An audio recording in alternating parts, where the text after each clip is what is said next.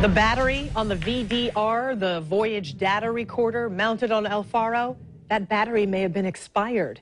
That's what the global service manager for the company that services the VDRs said during this 8th day of El Faro hearings. The battery on the VDR was set to expire in May of 2015. That's 5 months before the ship sank. Channel 4's Chris Parenteau joining us live from the Prime Osborne Convention Center with more details on today's hearing. Chris?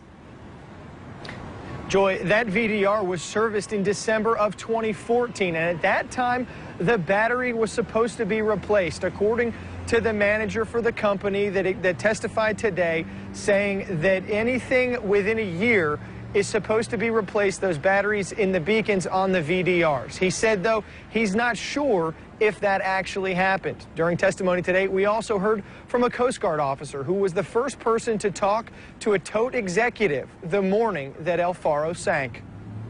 They are not at risk of sinking, but they are without power and engines. Petty Officer Matthew Chancery says that is one of the first messages he got that El Faro was in trouble.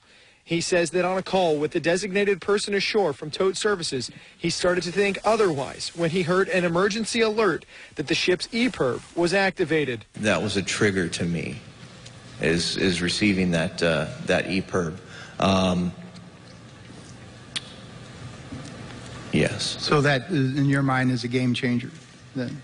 It was in my mind, yes. When the Coast Guard tried to mobilize assets, they first turned to the Royal Bahamian Defense Team, but Chancery says their ships were in Key West in hurricane avoidance mode. The closest Coast Guard cutter was south of Guantanamo Bay, but there was a Hurricane Hunter aircraft flying over Hurricane Joaquin.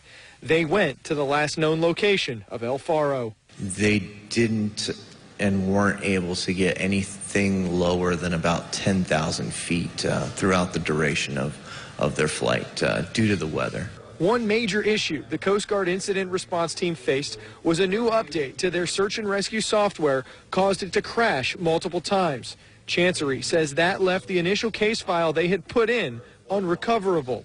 It had to be re-entered every time that the system crashed, something he said cost him time. Specifically my time, yes. As far as launching an asset, getting somebody out there, formulating a response, I don't think that the loss of this system would affect that at all.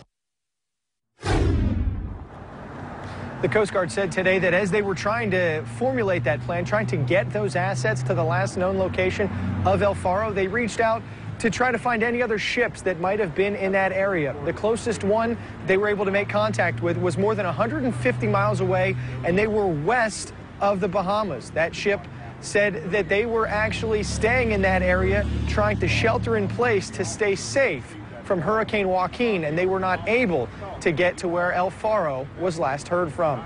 Live downtown, I'm Chris Parenteau, Channel 4, the local station.